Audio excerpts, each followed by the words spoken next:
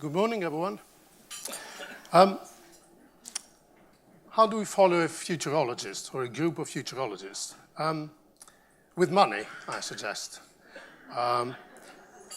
There is a lot of money in fintech, billions of dollars or euros or pounds. If you just read the newspapers, you find that not long ago at all, Pink Identity was bought. If you look at what Bain Capital did, they just sold Blue Code to Symantec, and we're talking billions again. It's very recent news that even McAfee, potentially, so big cybersecurity, Intel potentially thinking of selling that. At the other extreme of that spectrum, we have Lending Club, arguably a poster child for fintech, that is having a spot of trouble for reasons that are probably unconnected to commercial. And yeah, did we mention Brexit? That's another thing. I think what we want to do today is set the boundaries of this conversation and set some point of references, and perhaps take a little step back and try to understand the fundamentals of what is undeniably an industry or sector in an industry in high evolution. First of all, very often when people talk about fintech, they think about small, exciting, little venture capital funded startups. That is certainly part of the environment. But when we think about fintech, we think of financial technology as an activity, which includes all the participants. So financial technology, as defined by us, is all the little picture you see on the screen.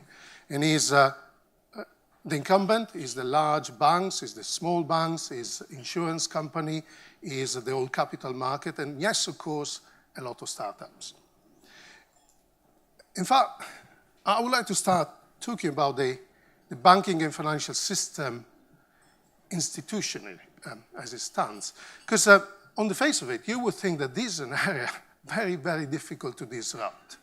When you step back and reflect on what banks do, what financial institutions do, they have a virtual monopoly, some pretty key parts of our society. They sit on money supply. They have built in century fantastic infrastructure, branches. They are, by definition, the expert in terms of credit, in terms of underwriting. They get a lot of money. That's where our money typically goes. And I think it's fair to say that the banking customer as a whole, traditionally, has been a fairly traditional lot. And yet,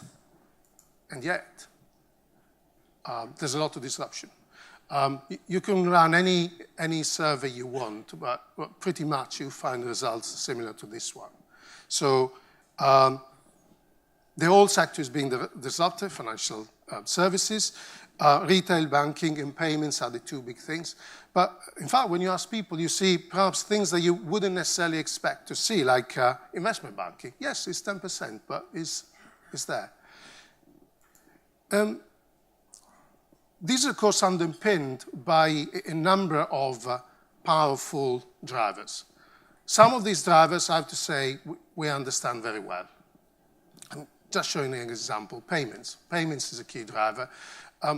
We know what drives that. You just need to look at what's happening to mobile banking. There are a few numbers there, but you can see the numbers yourself.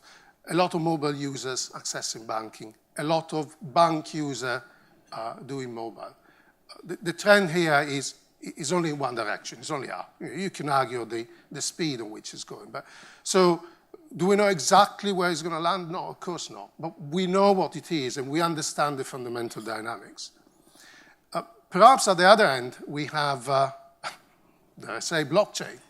Blockchain is a classic example of something that everybody understands is going to be absolutely essential to the fintech revolution. But I think it's fair to say that no one exactly knows the potential of that and when it's going to happen. We have we're trying to be systematic in this, and we certainly recognize there are phases to that. There's a sort of distributed ledger 1, 2, 3, and as you can see, I'm certainly not going through the little boxes, but as you can see, as we move from phase 1 to 2 to 3, the focus moves more and more from money to other things, from how you exchange money to how you exchange ideas and how you govern and how you control your life.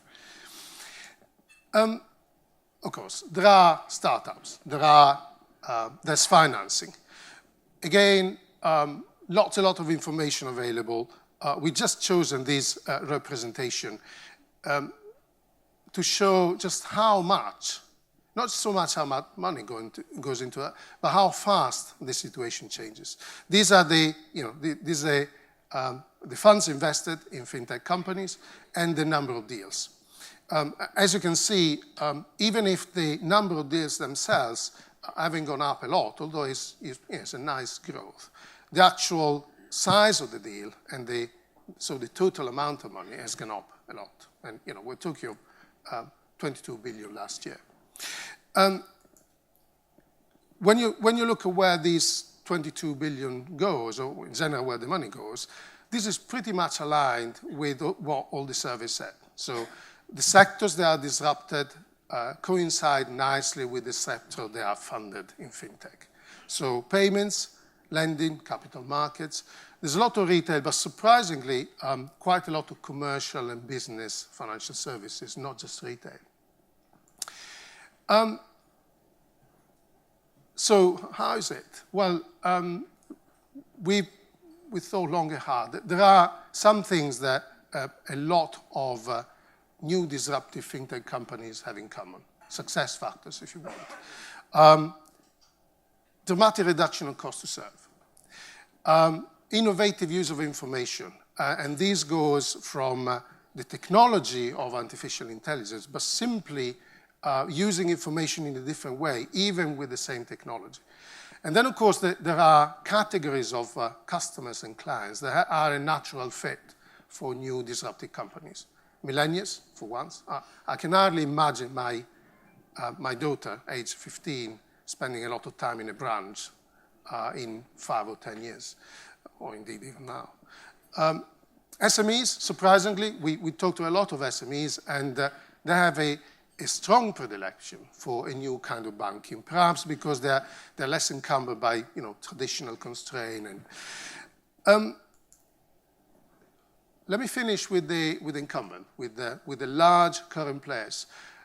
One of the fascinating features of what's happening in fintech today is that the large incumbents are not standing still. In fact, if anything, that has provided a lot of impetus for them to change as well.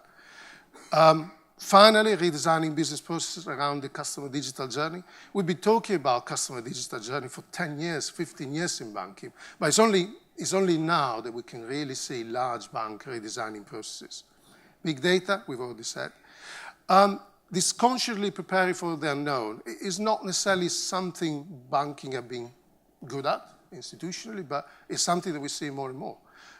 There is lots and lots of activity in banking being poured into Bitcoin, into artificial intelligence. And finally, the big question, how do you develop or acquire superior fintech capabilities? Do you develop? Do you buy? Is the pharmaceutical industry 15, 20 years ago a model to go to?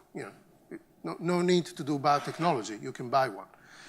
All these and more is something that we like to talk about today.